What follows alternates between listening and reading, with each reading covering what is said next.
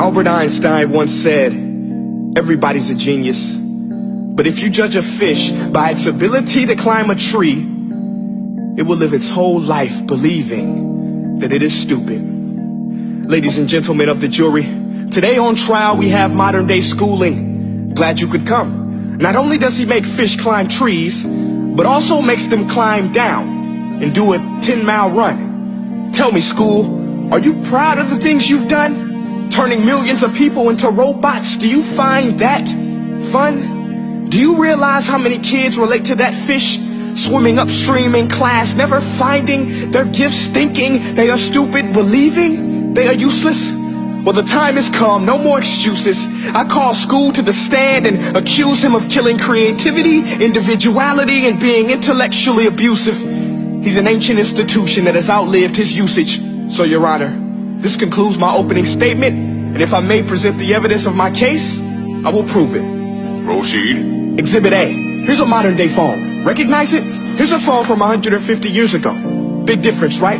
Stay with me. Here's a car from today. And here's a car from 150 years ago. Big difference, right? Well, get this. Here's a classroom of today. And here's a class we used 150 years ago. Now ain't that a shame? In literally more than a century, nothing has changed. Yet you claim to prepare students for the future? But with evidence like that, I must ask, do you prepare students for the future or the past? I did a background check on you and let the record show that you were made to train people to work in factories, which explains why you put students in straight rows, nice and neat, tell them sit still, raise your hand if you want to speak, give them a short break to eat, and for 8 hours a day tell them what to think.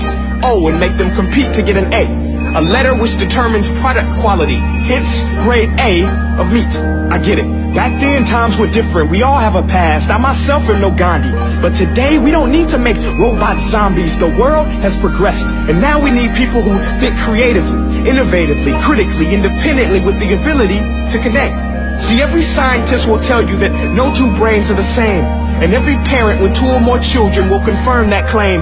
So please explain why you treat students like cookie cutter frames or snapback hats, giving them this one-size-fits-all crap. Watch your language. Sorry, Your Honor, but if a doctor prescribed the exact same medicine to all of his patients, the results will be tragic. So many people will get sick, yet when it comes to school, this is exactly what happens, this educational malpractice, where one teacher stands in front of 20 kids, each one having different strengths, different needs, different gifts, different dreams, and you teach the same thing the same way? That's horrific.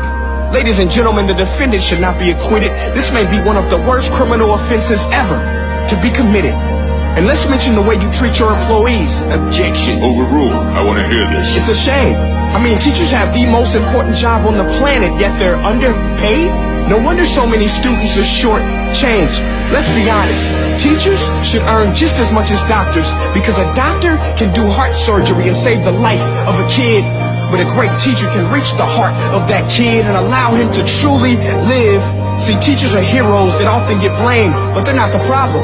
They work in a system without many options or rights. Curriculums are created by policymakers, most of which have never taught a day in their life. Just obsessed with standardized tests. They think bubbling in a multiple choice question will determine success. That's outlandish.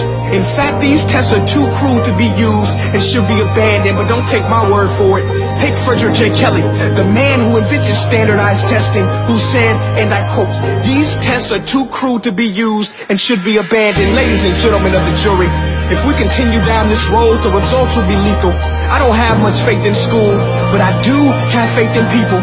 And if we can customize healthcare, cars, and Facebook pages, then it is our duty to do the same for education, to upgrade it, change it, do away with school spirit, because that's useless.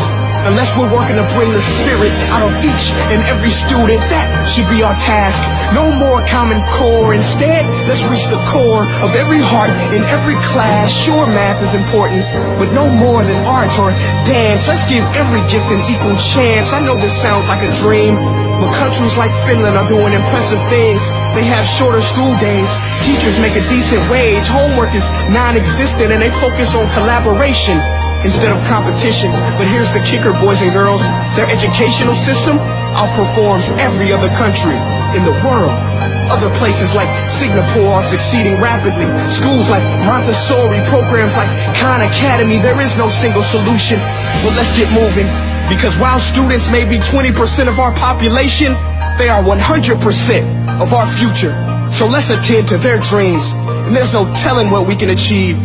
This is a world in which I believe, a world where fish are no longer forced to climb trees. I rest my case.